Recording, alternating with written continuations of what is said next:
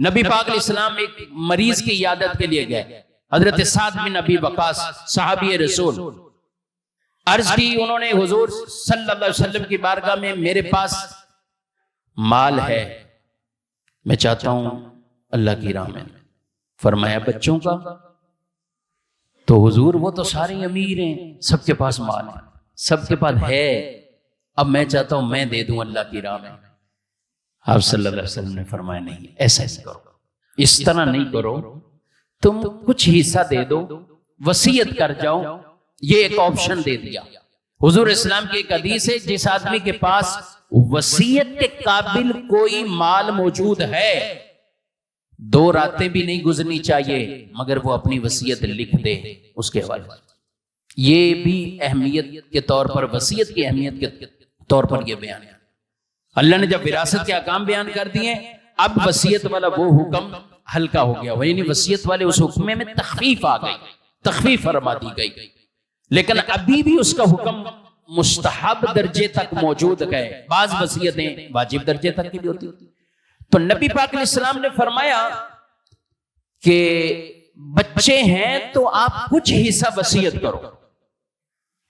ان سے حضور نے فرمایا کہ مال کے 10 حصے کر لو، 10ویں کی وصیت کرو، سارا صدقہ نہ کرو. وہ تو کہہ رہے تھے میں سارا ہی صدقہ کروں، فرمایا 10 حصے کر لو، 10ویں کی وصیت کر جاؤ.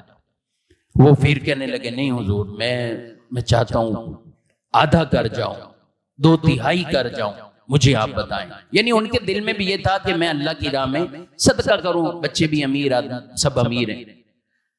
نبی پاک صلی اللہ علیہ وسلم نے پھر بھی اجازت نہیں دی، یہاں تک کہ یہ سوال کرتے رہے کہ مجھے کچھ اور گنجائش ملے، اور گنجائش ملے.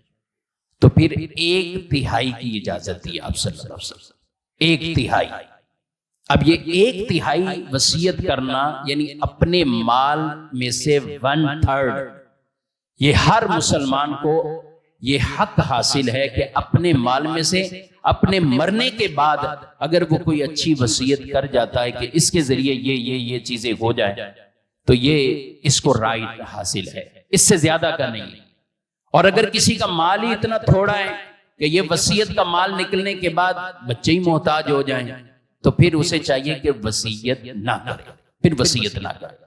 اور اگر سب اچھی پوزیشن میں، پھر وصیت کر جائے، پھر اپنے مال میں سے اتنا حصہ اسے رائٹ ہے 1/3 یہ وصیت کر سکتا ہے.